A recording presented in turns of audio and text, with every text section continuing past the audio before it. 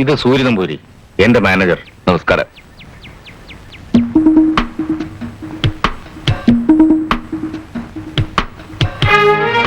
കൂവളശ്ശേരി രഞ്ജിനി വർമ്മ കൊച്ചു തമ്പുരാട്ടി.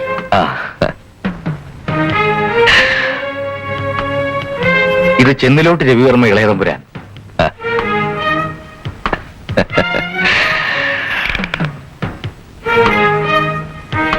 ഇത് മൂലം തിരുനാൾ മഹേന്ദ്രവർമ്മ. ഓ, ഞാൻ ഉണ്ണിനിൽ സന്ദേശം വായിച്ച് ഉദ്യാനത്തിൽ ഉലാത്തുകയായിരുന്നു. ഇത് രാമനല്ലൂർ മോഹനവർമ്മ ഇളയ തമ്പുരാൻ. എടാ തെണ്ടികളെ, സമാധാനമായിട്ട് ജീവിക്കാൻ ഇവിടെ നിങ്ങൾ സമ്മതിക്കില്ല അല്ലേ? നമുക്ക് കാണാം. തമ്പുരാക്കന്മാരുടെ പാരമ്പര്യത്തെ കുറിച്ച് സംശയമില്ല. പക്ഷെ അത് മാത്രം പോരല്ലോ ക്ഷത്രിയന്. പിന്നെന്തൊക്കെ വേണം? ക്ഷാത്രഗുണങ്ങളെ പറ്റി തമ്പുരാക്കന്മാരോട് പ്രത്യേകിച്ച് പറയേണ്ട കാര്യമുണ്ടോ? അല്ല, നിശ്ചയില്ലേ? അയ്യോ, അതിന്റെ ഒരാവശ്യമില്ല. ക്ഷത്രിയർക്ക് ഒരുപാട് ഗുണങ്ങൾ ഉള്ളതുകൊണ്ട് അതിലേതാണ് വേണ്ടതെന്ന് പറഞ്ഞാൽ. ആയോധന കലകളും സംഗീതവും ഒക്കെയാണ് തമ്പുരാന് മുഖ്യം, പ്രത്യേകിച്ച് ഹിന്ദോളം. പന്തളമാണോ? വിവരക്കേട് പറയാതെ, അതൊരു നോവല. എന്താണ് മൂലം തിരുനാൾ? ഹിന്ദോളത്തിനോട് പ്രതിപത്തി കുറവ് വല്ലതുണ്ടോ? ഏയ്, എനിക്കും അതാ ഇഷ്ടം. അതെ, അത് തമ്പുരാനെ കണ്ടാലേ അറിയാലോ. വേദങ്ങളൊക്കെ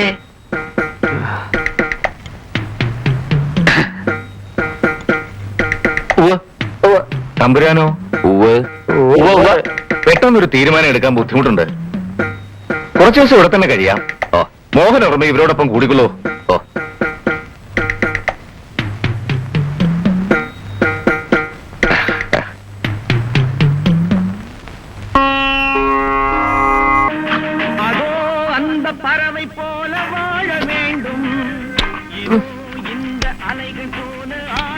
ബീഡിക്കുട്ടി എന്തിനാ കൈയിട്ട് വരുന്നത്? കാശ് കൊടുത്ത് വാങ്ങിച്ചൂടെ? കാശില്ല. നക്കി തമ്പുരാൻ, വാങ്ങി നക്കിക്കോ. കാശ് ഞാൻ കൊടുത്തോളാം. ഇനി വേണ്ട.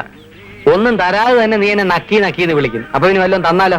വേണ്ട, നീ നക്കിയേച്ചും വാ. എനിക്ക് ഇച്ചിരി സംസാരിക്കാനുണ്ട്, സീരിയസ് ആയിട്ട്.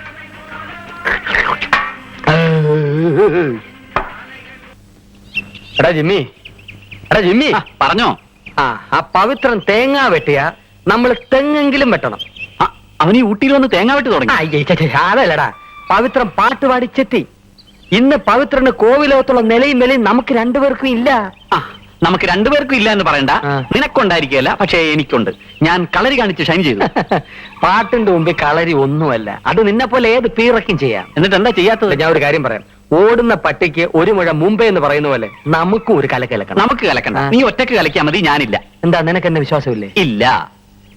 ഇത് ഇല്ലത്തൂന്ന് പുറപ്പെടുകയും ചെയ്തു. അമ്മ തൊട്ട് എത്തിയില്ല എന്ന് പറഞ്ഞ പോലെ ആയല്ലോ. കുറെ ആയല്ലോ ഈ പഴഞ്ചൊല്ലുകള്. ബൈഹാർട്ട് പഠിച്ചതാണോ? ക്ഷത്രിയനാവാൻ വേണ്ടി പഠിച്ചതാ. നീ ഈ പഴഞ്ചൊല്ലൊക്കെ പറഞ്ഞുകൊണ്ട് ഇവിടെ ഇരുന്നു. ഞാൻ പോന്നു. എനിക്ക് കുറച്ച് പ്ലാനിങ് ഉണ്ട്. എടാ, നീ എന്നും സഹായിക്കോ? സത്യമല്ല. എടാ ജിമ്മി, വിളിക്കണ്ട. ഓഹോ, അപ്പൊ നീ എന്റെ കൂടെ ഇല്ലല്ലേ? ഇല്ലേ? വേണ്ട, എന്റെ കാര്യത്തിന് ഞാൻ തന്നെ ഉത്സാഹിച്ചോളാം. ഉത്സാഹിച്ചോ. എടാ തെണ്ടി, നിന്നെയൊക്കെ വിശ്വസിച്ച എന്നെ വേണം പറയാൻ. അവിടെ ആള് കുറച്ച് തെരിയില്ല ഉനക്ക്. അറിവ് കേട്ടോ മുണ്ടോ. ഹംസപ്പിട പോലെ നടക്കണ സീനത്ത് ബീവി, ഹംസാമ്പിറ പോലെ നടക്കണ സീനത്ത്.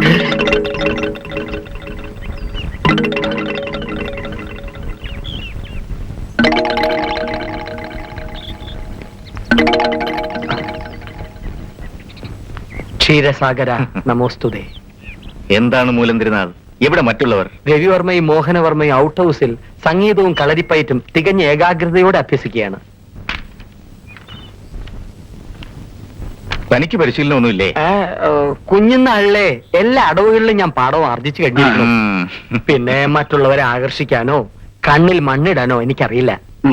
കാരണം ക്ഷത്രിയന്മാർക്ക് സോപ്പിടിയിൽ വശമില്ല. പക്ഷെ ഇവിടെ പലരും അങ്ങനല്ല. അപ്പൊ മൂലം തിരുനാൾ വലിയ കേമനാണില്ലേ എന്ന് ഞാൻ തന്നെ എങ്ങനെ പറയാ? ആത്മപ്രശംസ എനിക്കിഷ്ടമല്ല. നിറകുടം തുളുമ്പും എന്നല്ലേ പ്രമാണം? ആയി അങ്ങനെയല്ല മൂലം തമ്പുരാൻ. നിറകുടം തുളുമ്പില്ല എന്നാണ്. അതെ, അത് തന്നെ.